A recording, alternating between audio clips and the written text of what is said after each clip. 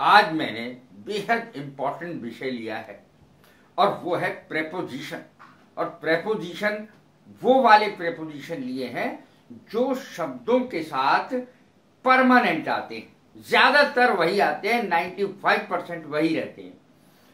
तो आज बहुत इंपॉर्टेंट विषय है ये। सबसे पहले मैं बता दूं कि मैंने आज विषय लिया क्या है।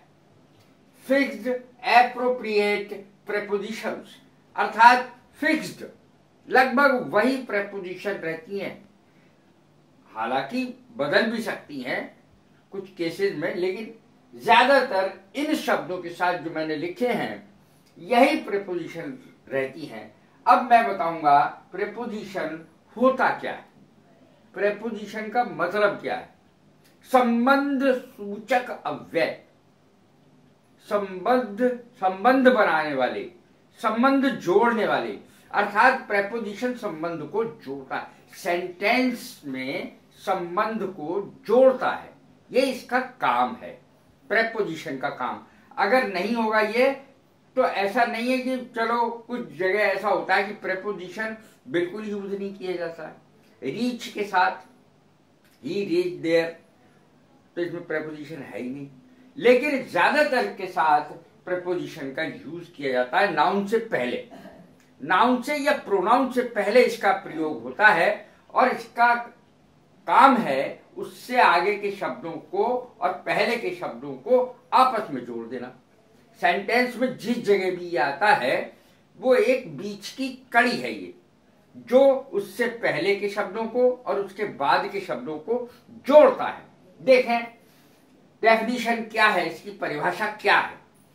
वे शब्द हैं, प्रेपोजिशंस वे शब्द हैं जो किसी नाउन या प्रोनाउन से पहले आकर उसका संबंध वाक्य के अन्य शब्दों के साथ जोड़ते हैं, ये इसका काम है। जैसे the cat sits on the mat, the cat sits on the mat, मैंने बहुत साधारण सेंटेंस लिया है।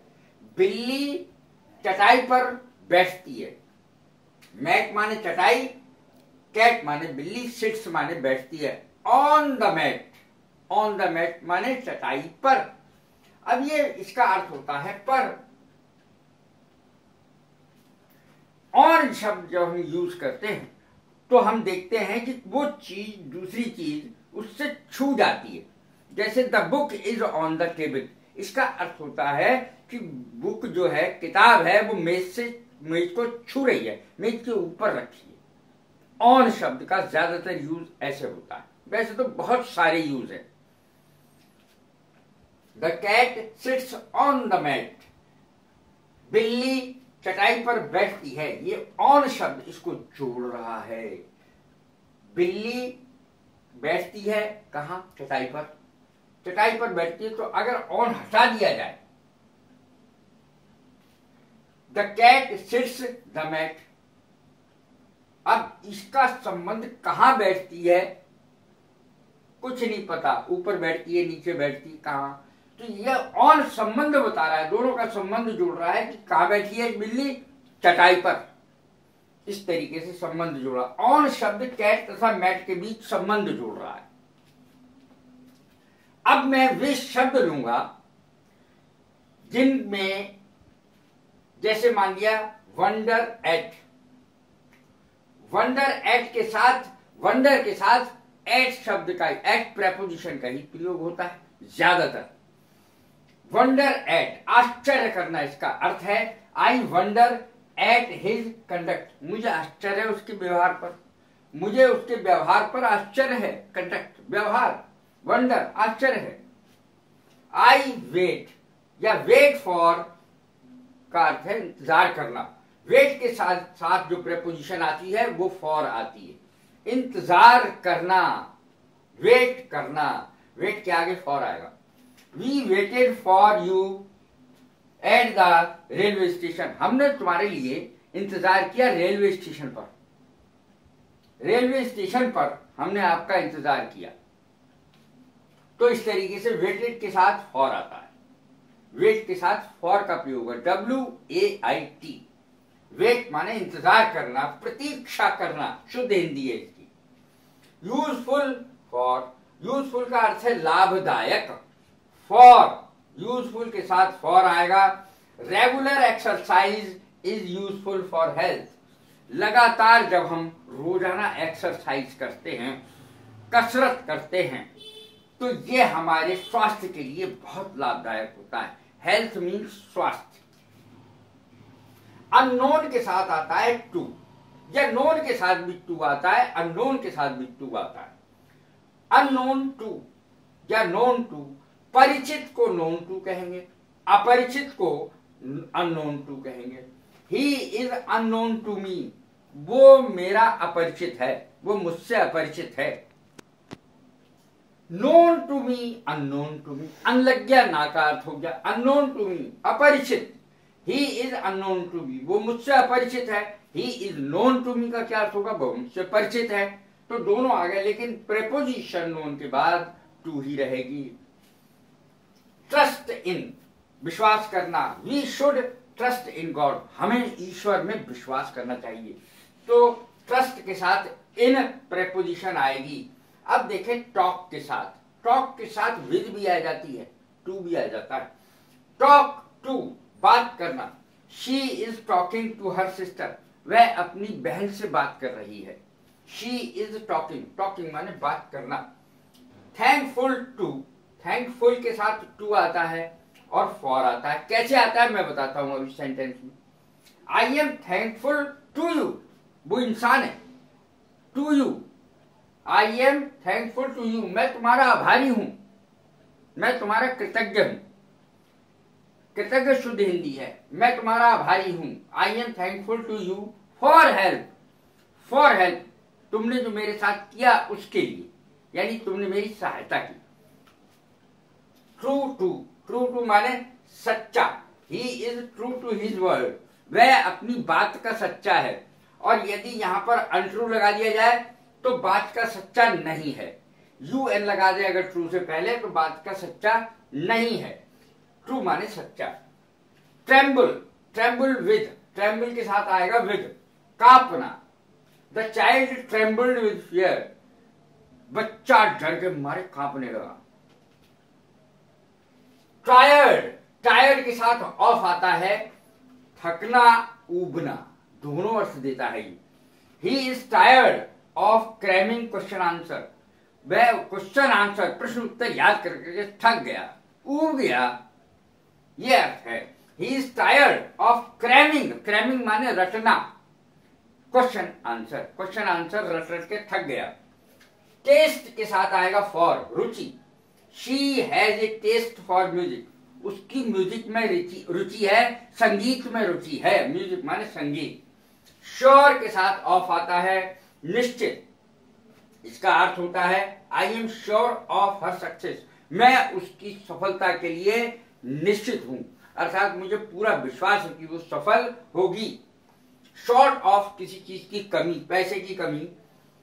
He is short of money these days, आजकल उस पर पैसे की बहुत कमी है। He is short of, short के साथ ऑफ आएगा। सेटिस्फाइड, संतुष्ट के साथ विद आएगा, satisfied with. I am satisfied with his answer, मैं उसके उत्तर से संतुष्ट हूं। संतुष्ट सेटिस्फाइड के साथ आएगा विद। सेंटेंस टू, दंड की आज्ञा, सजा की आज्ञा। The accused was sentenced to death, accused अपराधी को मृत्यु दंड दिया गया। द एक्यूज, एक्यूज माने अपराधी, वाज सेंटेंस्ड टू डेथ, मृत्यु दंड दिया गया। सेंटेंस माने वाक्य भी होता है। सफर फ्रॉम, सफर के साथ फ्रॉम आता है। I have been suffering from fever since last night, कहते ही हैं हम एप्लीकेशन में लिखते ही, I have been suffering from fever since last night. जहां पे मैंने लिखा है he is suffering from fever, वह बुखार से पीड़ित है। तो अब और जरा ध्यान से देखने की बात है, पार्ट के साथ दो प्रेपोजिशन आती हैं, लेकिन उनका सेंस क्या होता है मैं बताता हूं। पार्ट विद, वस्तु से बिछड़ना, किसी वस्तु से बिछड़ना, पार्ट विद आएगा, ध्यान रहे इस बात का। He can not part with his money, वह अपने पैसे से बिछड़ नहीं सकता, अर्थात वो पैसे को बहुत प्यार करता है, पैसे से नहीं बिछड़ सकता।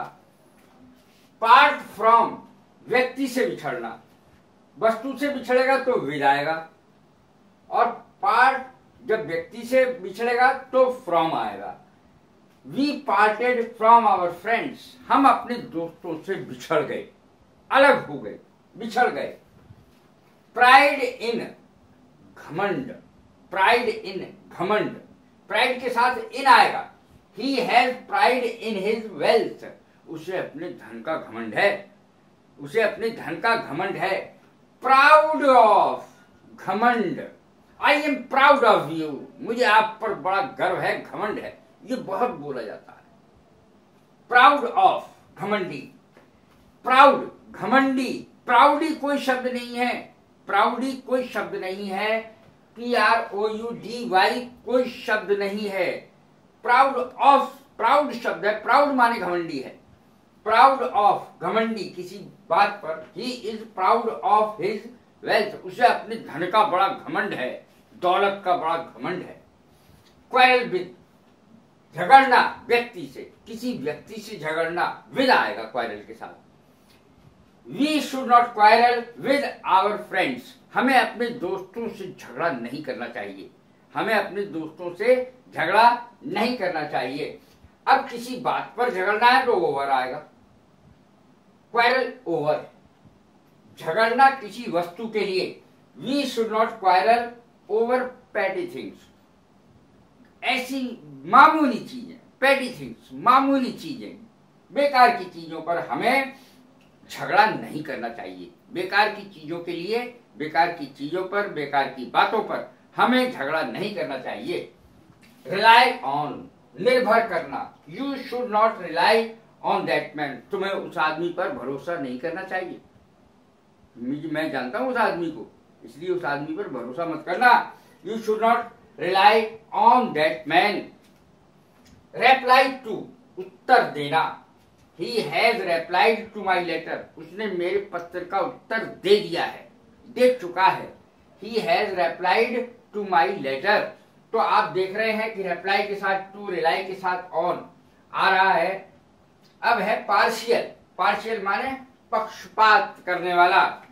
He is partial two his son, वो अपने लड़के का, अपने पुत्र का बहुत पक्ष लेता है, बहुत पक्ष करता है, पक्षपात है, पक्षपाती है वो। प्रिवेंट के साथ फ्रॉम आता है, पार्शियल के साथ टू आता है। प्रिवेंट फ्रॉम, रोकना। He prevented me from playing with bad boys, उसने बुरे लड़कों के साथ, गंदे लड़कों के साथ खेलने से मुझे रोका।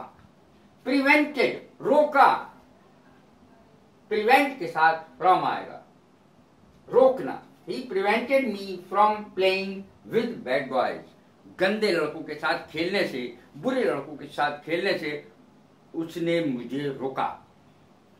कैसे लगे ये मेरे शब्द और कैसे लगी मेरी प्रीपोजिशंस। इससे पहले मैं आपको कोटेशन बोलता हूं एक।